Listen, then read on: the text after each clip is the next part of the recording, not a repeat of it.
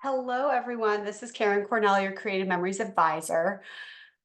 Sorry for the appearance, but it's swim team day and it's our final meet, and it's going to be, I don't know, 100 degrees out there. So why get super gorgeous if you're going to melt it all off in about an hour? So anyway, but I wanted to come on and I'm so excited for my video last night. It really sparked some interest of y'all, and I got a lot of feedback. I was real like my emails just blew up, and I'm really excited to share some things that my customer base shared with me, and I think it's some wonderful tips to pass on to everyone.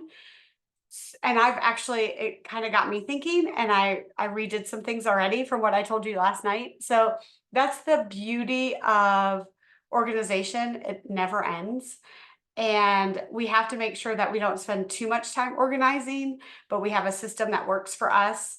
Because if we constantly reorganize, we're never going to get anything accomplished. So find a system that works for you and keep it going. But I'm still tweaking my system, but I think it's going to work now. So I'm going to flip my camera so you can see what I did overnight. And this took like 10 minutes. So I'm totally fine with 10 minutes. So I was in the process of starting to, do my next video for y'all.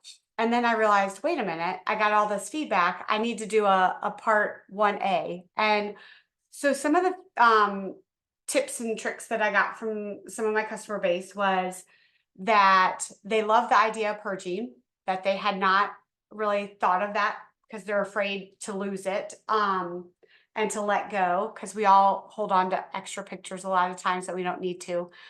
But this is just a paper copy of a project recipe. You can purge it. You're never going to use it. It's fine. Some people alphabetize.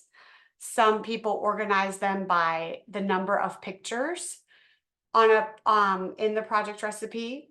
Some organize made me think how I store my project recipes. I used to store all of my project recipes in its own folder, but then I decided I wasn't using them. So if I have a PR and I have bought the entire collection, which is, let's get real, almost every collection. So I go ahead and I put it with that collection. If it's one of those, advisor, beginner project recipes, I will either make one of those slide-in sleeves that we have now. I usually put it with that, or I use put it with I do have a folder of PRs that I have available that I haven't, not the whole collection, is what I'm trying to say. But what I decided to do was organize this a little bit more, and I used our wonderful tab punch, and I labeled it. I have the beginning PRs right here, and I only kept the ones that I love. Um, we've had these for about 2 years now, and the simple ones, and there's some that I'm like, ugh, I don't like that one. So I didn't put it in here.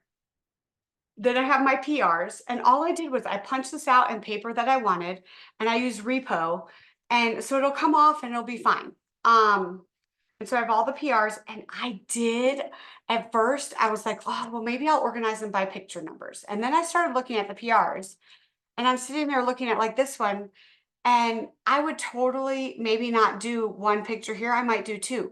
So I love looking at PRs and finding ways that I can add more. There's some in here that I can add. Like here, there's a lot of open space. I may fit more pictures in here. So I didn't want to organize it by picture numbers, but I have a pretty good memory of what a PR looks like and the collection name. So I did go ahead and put it in alphabetical order.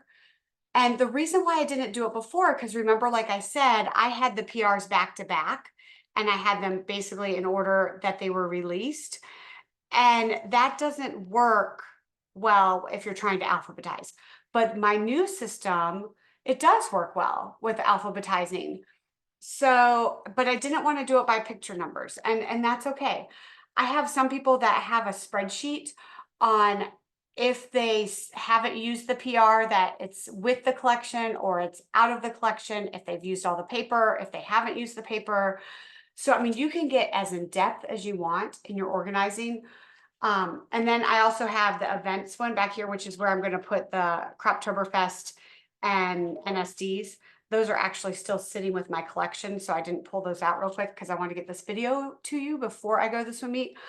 But I think this is going to be great. I'm really excited about it. I love how I can thumb through, and I go through and I get ideas and I'm like, oh, I want to do this and change these papers and turn it, and it really, really, really helps me.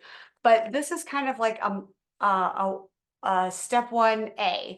So stay tuned for step 2 tomorrow, where I'm actually going to pick the layout, pick the papers, and how it's going to be laid out, and how I do that, not in a power sorting kind of way, but a modified power sorting way.